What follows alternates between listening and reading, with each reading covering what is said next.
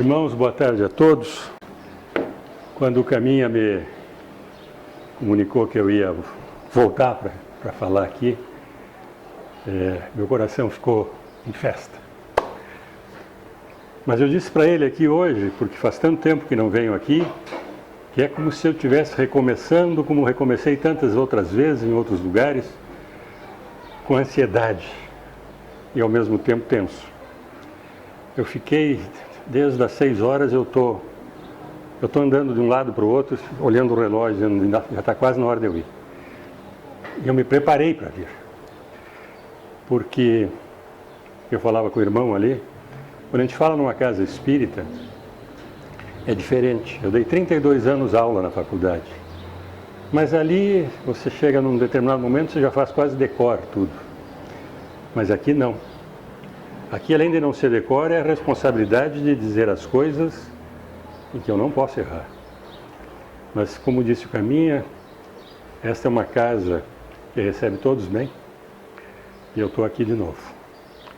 E eu encontrei um tema que eu entendi que nós devíamos começar a conversar sobre ele, e já falei numa outra casa espírita, porque o ano passado foi já bastante assoberbado esse tema, o tema não, mas as consequências do tema, e a gente entra o ano e vê de novo que tudo isso continua existindo. E o tema que eu trouxe é a homossexualidade e intolerância na visão espírita. Eu acho que nós, mais do que ninguém, nós, que eu digo nós espíritas, nós que temos um conhecimento um pouco diferente, eu não digo melhor que os outros, mas diferente dos outros, que entendemos por que estamos aqui, qual é a nossa condição de estar aqui e qual é o nosso objetivo de estarmos aqui. Quem sabe nós é que tenhamos que ampliar um pouco mais o leque dessa condição, dessa visão de intolerância que existe sobre a homossexualidade e sobre tantas outras coisas de intolerância que nós somos, porque nós, diferentemente dos outros segmentos religiosos, temos uma visão diferente das coisas, né? E é por isso que eu acho que cabe a nós, quem sabe, não sermos privilegiados, não, mas ampliarmos essa discussão, levarmos isso ao conhecimento dos outros. Eu sempre digo que não é porque nós somos espíritas que somos melhores, não, somos apenas diferentes, porque existem muitas pessoas melhores do que nós e quem sabe não têm nem nenhum segmento religioso, porque são boas por natureza. E nós fazemos força para ser bons, né? Pelo menos nós estudamos para isso e procuramos exatamente seguir uma trilha que a gente possa dizer, eu estou melhorando. Eu não sou melhor do que os outros, eu não quero ninguém na minha frente, como não quero ninguém atrás. Eu quero sempre gente ao meu lado, porque eu acho que caminhar é junto, de braços dados, para que a gente possa alcançar o mesmo objetivo, todos nós. Quando falando sobre esse tema, eu primeiro vou lembrar, vamos começar a recordar um pouquinho, que quando nós encarnamos aqui, é como na realidade nós entrássemos num palco e íamos para interpretar um papel, né? Nós vamos interpretar um personagem, na realidade. Esse é o projeto. Nós viemos lá de cima, preparados, alguns têm o papel que querem, outros vêm empurrados para pegar qualquer papel, você vai pegar esse papel e ponto final, mas de qualquer maneira nós chegamos aqui e vamos executar um papel. Quando nós desencarnamos, é como se o espetáculo tivesse terminado. Acabou a nossa atuação. Fecham-se as cortinas e acabou o espetáculo. E retornamos para a pátria espiritual, onde na realidade nós sempre deveríamos estar. Mas lá nós vamos começar a nos preparar para novamente reencarnarmos. E não só para reencarnarmos, como também para nós virmos num novo papel. Nós vamos novamente atuar num novo palco. Então, na realidade, nessa nova interpretação, quando reencarnamos, nessa nova interpretação, esse novo papel que nós vamos interpretar pode nos trazer surpresas. Por exemplo, eu posso mudar de sexo, eu posso mudar de pátria, eu posso mudar de posição social, eu posso mudar até de família. Na realidade, eu posso mudar de tudo. Eu venho para ver um novo papel, porque isso faz parte da elaboração do crescimento espiritual que todos nós buscamos, e temos que vir aqui para burilar essa pedra bruta que nós somos, para ir cada vez ficando melhor. Então, a partir, eu diria assim, a partir dessas primeiras considerações iniciais, assim, eu poderia dizer para vocês o seguinte: nesse novo papel, e enquanto estamos aqui encarnados, eu posso dizer com toda tranquilidade que uma mulher não é uma mulher. Ela está mulher. Da mesma forma, eu posso dizer que um homem não é homem. Ele está homem. Assim como eu posso dizer que um deficiente não é deficiente. Ele está deficiente. Ele está exercendo, ele está exercitando o papel para o qual ou ele escolheu ou que lhe foi designado. É para isso que nós estamos aqui. Então, olhando nesse aspecto, e nós espíritas entendemos que nós vamos e voltando, tantas vezes quanto forem necessárias, nós podemos dizer que não é absurdo o que eu estou falando para vocês. Razão pela qual não podemos ficar admirados, ainda que nos admiremos de outras pessoas, quando nos defrontamos com homossexuais nas nossas frentes. Quando um homossexual vem falar conosco, quando nós vemos homossexuais andando por aí, e alguns ficam chocados, mas nós, espíritas, não podemos ter esta condição de ficar chocado. Por quê? Porque, vejamos assim, eu vim, vocês também vieram, várias e várias encarnações num corpo masculino, por exemplo. E de repente, lá em cima, você opta, ou optam por você, que você venha num corpo feminino. Entretanto, quando você encarna num corpo feminino, num novo papel, você traz registros de encarnações passadas, registros no teu espírito, que é a nossa bagagem espiritual, que nós nunca deixamos de trazê-la, porque faz parte desse processo que nós estamos entrando, indo e vindo, é uma bagagem que não nos faz peso, mas que nós trazemos porque faz parte da nossa história reencarnatória. Então nós trazemos e encarnamos numa mulher. Da mesma forma, alguma mulher reencarnou, algum espírito reencarnou em um corpo de mulher N vezes, e de repente reencarna como homem. Está homem. Por isso que eu disse lá no início um pouquinho. Não é homem, é está homem. Não é mulher, é está mulher. E aí o que acontece? Acontece que num determinado momento nós vamos ver mulheres mais masculinizadas e homens efeminados.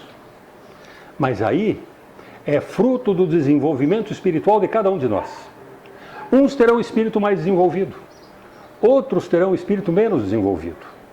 E quando você não tem o espírito altamente desenvolvido ou mais desenvolvido, você deixa que as coisas mais telúricas, mais terra a terra, se sobreponham àquilo que você é, enquanto você está aqui. E aí você deixa exacerbar aqueles registros que você tinha de vidas passadas, e aí o que acontece? Você vê então surgir o homossexual. Você vê surgir a mulher mais masculinizada. Isso faz parte, na realidade, desse processo reencarnatório que é necessário para todos nós. Nós podemos dizer que, na realidade, essas lembranças que nós guardamos, elas são, acima de tudo,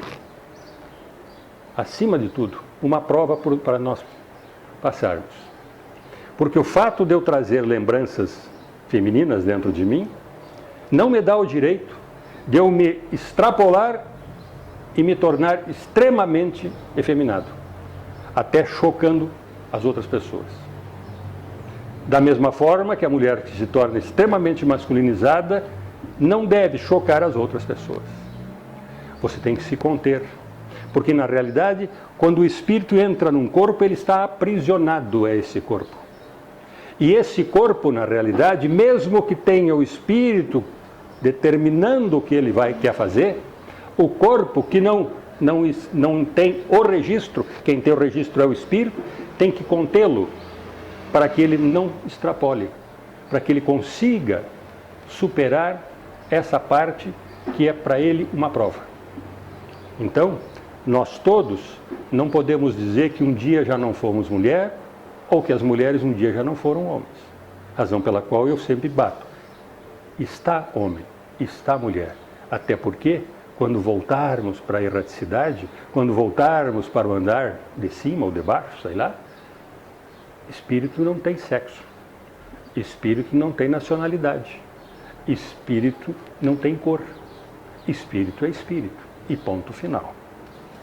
Na realidade, nós vamos entender que, quando compreendermos tudo isso, nós vamos entender que todo racismo, que toda discriminação, que todo preconceito, para nós espírita pelo menos, tem que ser tratado como mera bobagem. Aliás, para todos deveria ser tratado assim. Mas aí tem aqueles registros que eu disse para você, e que quem não entendeu que aqui nós estamos num processo reencarnatório, quem sabe fique mais arisco. Mas nós que sabemos o que é a condição de reencarnar, não podemos ter preconceito, não podemos ter racismo, não podemos ter preconceito nenhum. Isso é mera bobagem que nós não podemos ter. Então, na realidade, tem uma historinha que Chopin, quando encontrou pela primeira vez a escritora George Sand, que foi o grande amor da sua vida, ele escreveu assim: como é antipática essa Sand, será mesmo uma mulher? Estou começando a duvidar. Afinal, esta nova amiga que ele havia conhecido, ela comportava-se como um rapaz. Ela vestia-se com roupas masculinas, ela fumava charuto, ela bebia, ela tinha um comportamento que chocava para a época. E um dia passado, e eles acabaram se casando, e foram passar um fim de semana numa choupana. E nessa choupana veio um temporal, e nessa choupana tinha uma goteira. E a goteira começou a pingar. Mais do que depressa, Chopin, que era alguém mais sensível do que outras normais, que tinha o dom da visão, da poesia, da música, olhou aquela goteira pingando e, mais do que depressa, escreveu uma música, A Gota d'Água, que existe até hoje e é tocada. Terminada a chuva, a sua esposa, então esposa, subiu no telhado, tapou o buraco e desceu numa atitude puramente masculina, que o Chopin ficou apenas fazendo uma música e ela foi fazer o trabalho de homem, né? Por quê?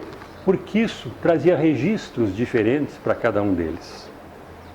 Na realidade, o grande problema dos preconceitos, os grandes problemas dos preconceitos, são de ordem religiosa, por incrível que pareça.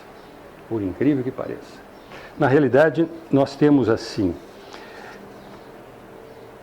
nos ensinaram muitas vezes, nem todos tiveram a sorte de serem espíritas desde a nascença, com pais espíritas, avós espíritas. Alguns já passaram por outras religiões e até chegar aqui. Mas a religião, ela colocou, há muitos anos atrás, há milhares de anos atrás, quem sabe, que homossexual Deus não queria. Deus não gosta de homossexual. Deus não aprova o homossexualismo. Isso está na religião. Graças a Deus, hoje tem um Papa argentino, por sinal, com uma cabeça extraordinária, que disse assim: quem sou eu para julgar? E começa a abrir um pouco mais. Mas na realidade nós temos que saber, Deus é contra ou Deus é a favor aos homossexuais? Na realidade, Deus não é contra nada. Nós temos que perder essa mania de achar que Deus quis. Ah, o fulano acidentou-se é porque Deus quis. Ah, Deus não gosta. Deus não está aqui para gostar ou para deixar de gostar. Deus não está aqui para empurrar de um lado e deixar cair do outro. Deus está aqui apenas para ver o que nós vamos fazer. Deus está apenas a favor de uma coisa nossa, do livre-arbítrio. Ele nos deu o livre-arbítrio para que nós pudéssemos encontrar cada um o seu próprio caminho. Claro que ele deve ficar triste quando nós erramos, mas ele não fica batendo palma para o outro que foi. Ele sabe que isso aqui é uma época de aprendizado. Nós não estamos aqui porque sabemos tudo, porque se soubéssemos tudo não estávamos aqui. Então, Deus nos permite, exatamente pelo livre-arbítrio, que escolhemos os nossos caminhos. Então, na realidade, nós temos que deixar que cada um use o seu livre-arbítrio. Eu não posso ficar falando, ah, olha o que ele fez. Ah, meu Deus, o que é aquilo que ele está fazendo? Eu estou me preocupando com ele. Quando, na realidade, eu tenho que me preocupar, será que os meus atos estão sendo aprovados por Deus? Os meus, os outros, é os outros que devem cuidar.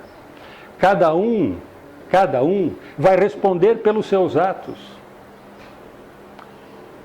Não posso eu responder pelos outros. Eu respondo pelos meus atos. Ele responde pelos atos dele. Portanto, não nos preocupemos com os outros. Nos preocupemos com o nosso andar, com o nosso caminho, com o nosso posicionamento moral, com o nosso posicionamento espiritual. Isso sim é que nós temos que nos preocupar. Na realidade, a gente vê por aí afora tantas e tantas e tantas pessoas desobedecendo os ensinamentos da Bíblia, dos Evangelhos, os ensinamentos religiosos, de quais forem os segmentos religiosos que existem. E nem por isso essas pessoas são tão perseguidas como são os homossexuais. Ou vocês já viram alguém, por exemplo, quando diz assim, não cobiçarás a mulher do próximo. A gente conhece uns quantos que cobiçam. Já viram alguém sair perseguindo? Dizer, olha lá, o cobiçador! Ninguém. Não roubarás. Agora que a gente está roubando muito, que a gente está meio bravo. Mas roubar, todo mundo roubava nesse mundo. E não existe perseguição. Mas o homossexual passou a ser fonte de perseguição. Fonte de perseguição. Doenças que só eles transmitem. E eles são o causador de tudo. E aí vem uma contraprova. Porque a toda ação corresponde uma reação. Eles começaram a ficar mais ousados ainda, porque eles querem impor. E aí nós vemos coisas que começam também a nos ofender. Quando começam a impor regras que nós temos que não só aceitá-los, como ser iguais. Pô, aí começou a ficar brabo o negócio. Mas, na realidade, se nós formos olhar essa coisa que veio da religiosidade, nós vamos entender por que isso aí começou. Lá, há muitos e muitos, mais de 2000 anos atrás, Moisés, quando fez a caminhada de 40 anos pelo deserto, levando o seu povo para a terra prometida, vocês lembram disso?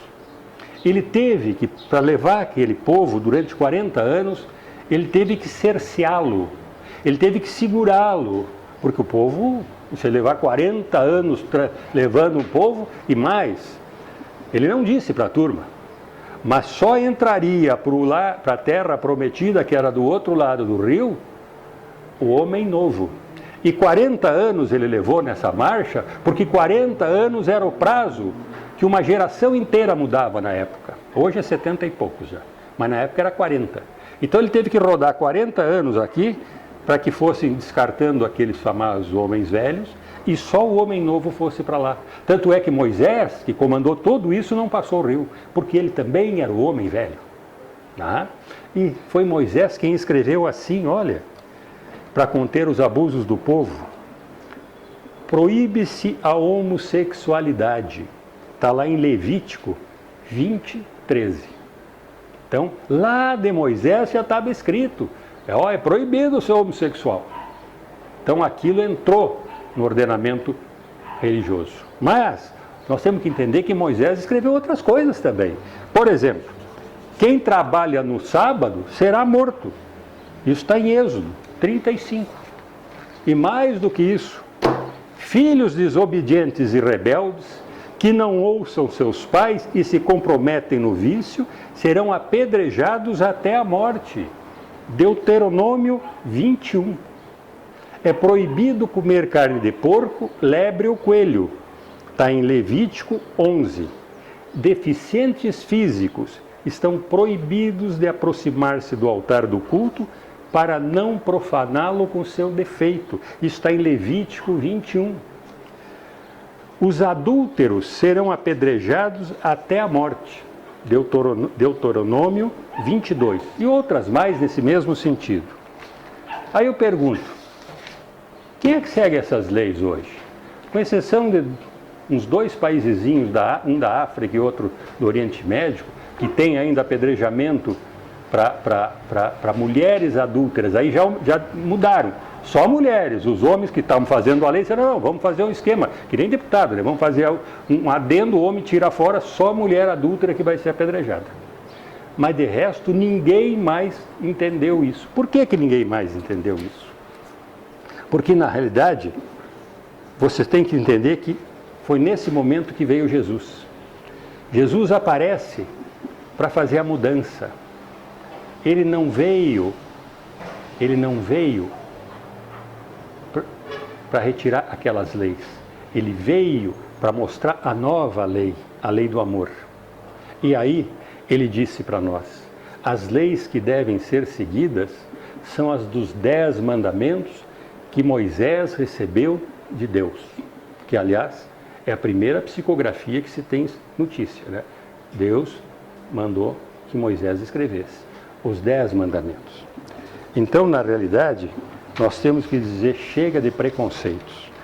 Chega de preconceito, porque preconceito, ele gera violência, o preconceito gera ódio, distancia as pessoas, cria muros de separação e faz com que nós não sejamos a grande família que deveria ser nesse planetinha aqui, não é? Na realidade, quando eu vejo assim, todo esse arcabouço de preconceitos, na realidade, essas pessoas não estão defendendo a sua Bíblia, não estão defendendo os seus evangelhos, não estão defendendo os seus ensinamentos religiosos das suas congregações, estão defendendo os seus próprios preconceitos, porque na realidade as pessoas têm medo do diferente. Quando nós nos sentimos ofendidos pelo diferente, nós nos apegamos nos nossos pré-conceitos. Aqueles que vieram lá de trás, então nós somos preconceituosos. Ou porque não tivemos coragem de ser que nem eles, ou porque não queremos nos modificar, porque aquele novo me tira da estabilidade que eu tenho. Então nós usamos o preconceito. Não é por uma questão religiosa. A religiosidade é apenas para nós nos agarrarmos e justificarmos um preconceito que é nosso, na realidade. O que nós temos que fazer? Nós temos que seguir, na realidade, o Novo Testamento.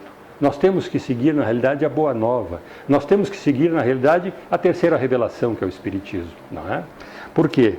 Amemos o próximo como ele nos amou e ama, apesar dos nossos defeitos. Amar não significa aceitar, gente. Amar significa respeitar. Não é aceitar, é respeitar. Respeitar é um ato de amor. Jesus sabia o defeito de todas as pessoas da época, de todas, e nem por isso discriminou ninguém, nem por isso foi preconceituoso com alguém, nem por isso deixou o diferente de lado, ao contrário. Se vocês veem a passagem de Jesus pela terra, ele ficou exatamente do lado dos outros, dos excluídos, dos que estavam abandonados pela sorte. Foi esses que Jesus procurou. não foi os mais fortes, não foi o poder do momento, foi exatamente aqueles que sofriam. Foi lá que ele foi deixar a sua palavra. Na realidade, quando chegamos então nesse ponto, nós temos que começar a pensar o que é tolerância e respeito. O que é tolerância e respeito? A tolerância, ela significa suportar, é respeitar aos pontos de vista dos outros e compreensão com as suas eventuais fraquezas. Isso é tolerância. Voltaire, há muitos anos atrás, já disse assim: não concordo com nada do que você diz. Não concordo com nada que você diz, mas defenderei até o fim o direito de você dizê-lo. Ponto final. É isso. Porque da mesma forma que eu quero que ele possa dizer, e ele tem um ponto de vista, eu quero que ele respeite o meu ponto de vista, assim como nós estamos aqui. Nós estamos, e eu principalmente, estou expondo um ponto de vista. E vocês tranquilamente estão aceitando. Ninguém está me apedrejando, ninguém está me mandando parar. Porque isso é respeito, na realidade. O problema é o limite que nós temos que pôr na virtude chamada tolerância, que pode resumir-se em dois princípios. A virtude da tolerância são dois princípios. A grande maioria das pessoas, conhece apenas um princípio e lembra-se apenas de um princípio, mas são dois princípios. O primeiro deles diz o seguinte: não faças aos outros o que não queres que te façam a ti. É tão fácil, né? Não faça aos outros o que não querem que te faça a ti. Esse é o princípio que todo mundo fala, por sinal. Mas tem um segundo princípio que nem todos se lembram. Não deixes que te façam o que você não faz para ele. Não deixa que te façam o que não façam para ele. É diferente. Repare que são duas coisas diferentes. Por quê? Existe no meio de nós uma coisa que vocês não podem deixar de compreender. É o comodismo. Todos nós somos comodistas, na realidade. E isso norteia os nossos passos. E é um grande obstáculo para o não cumprimento dessa virtude. Contudo, minha gente, há um limite que nós devemos impor, que a paciência deixa de ser considerada virtude. Nós temos que ter um limite. E qual é esse limite? O hábito de tudo tolerar pode ser fonte de inúmeros erros e perigos. Quando nós criamos nossos filhos, e nós começamos a passar a mão na cabecinha deles, ele quebrou a xícara, coitadinho, tão bonzinho, quebrou essa xícara, mas eu tenho mais outra. Mas ele quebrou porque quis? Não faz mal, ele estava brincando. Daqui a pouco ele dá um pontapé na canela da mãe. Coitadinho, ele queria jogar bola, já que não tinha uma bola, chutou a mãe. E nós passamos a mão na cabeça dele. Um dia ele vai para a rua, um dia ele vai para a escola. E vocês não podem dizer que nunca viram nos jornais, na televisão, crianças de 12, 13, 14 anos batendo em professores. Por quê? Porque os limites foram deixando assim, ninguém pôs limites e eles foram. E aí, quem é que vai ensinar os limites para essas crianças? Vai ser o mundo. Mas só que o mundo não vai fazer com amor, vai fazer com violência. E violência gera violência. E aí nós vemos uma juventude violenta em busca de manter os seus limites que ele abriu e que ninguém lhe impôs. Na realidade, quando Deus criou esse universo fantástico, né? Criou no meio desse universo uma bolinha chamada Terra, pequenininha, mas está aqui. É onde nós moramos. E aí foi criado o mar, foi criado os lagos e foi criado os rios. Repararam que o rio tem duas margens? Porque se tivesse só uma das margens, o rio ia se espraiar para o lado de cá. E não seguiria o seu rumo. No momento que foram colocadas duas margens, você colocou a água naquele local e todo o rio corre para o mar. Não sei se vocês sabem. Todos os rios correm por mar. Ainda que vocês possam me dizer, aqui no Paraná eu tenho que dizer isso, os rios paranaenses correm para dentro, não correm para o mar.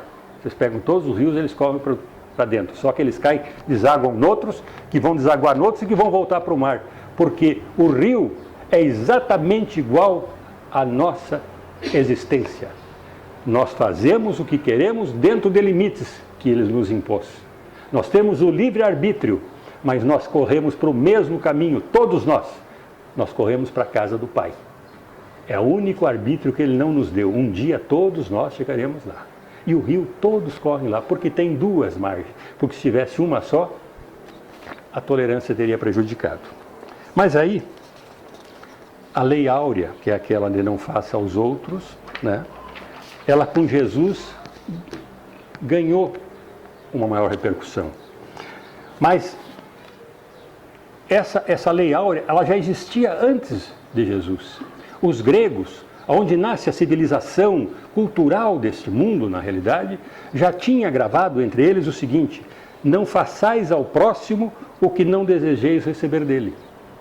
Os persas já diziam: fazei como quereis que vos faça. Os chineses já diziam: o que não desejais para vós, não façais a outrem. Os egípcios dizem: deixar passar aquele que fez aos outros o que desejava para si.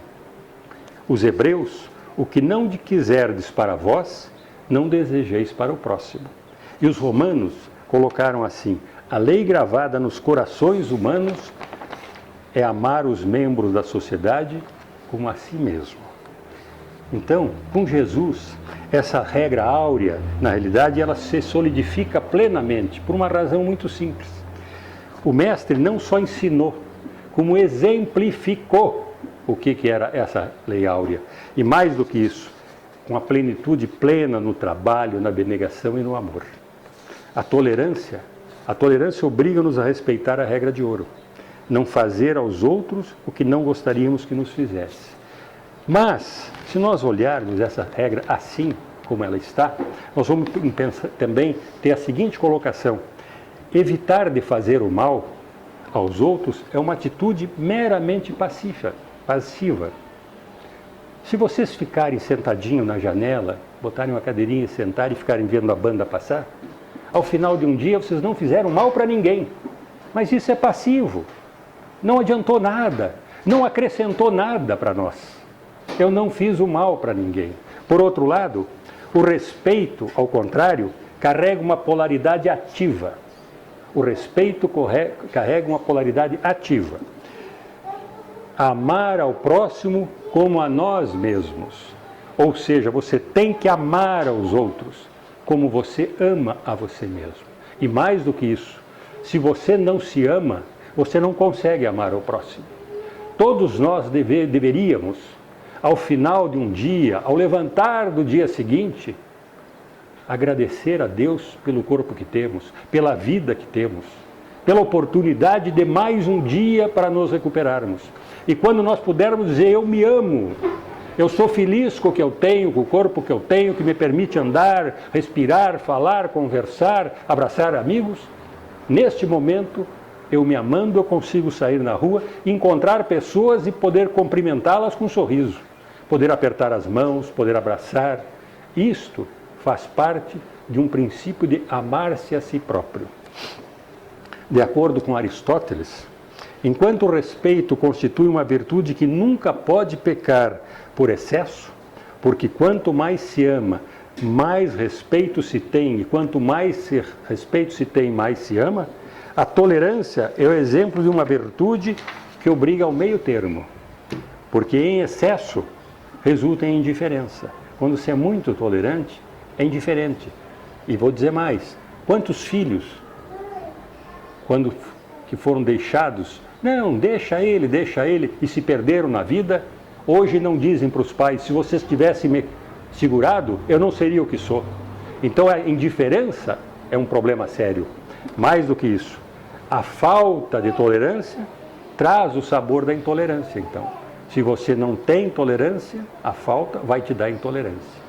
Então, você tem que ter a base da tolerância, na realidade, está na figura do Cristo.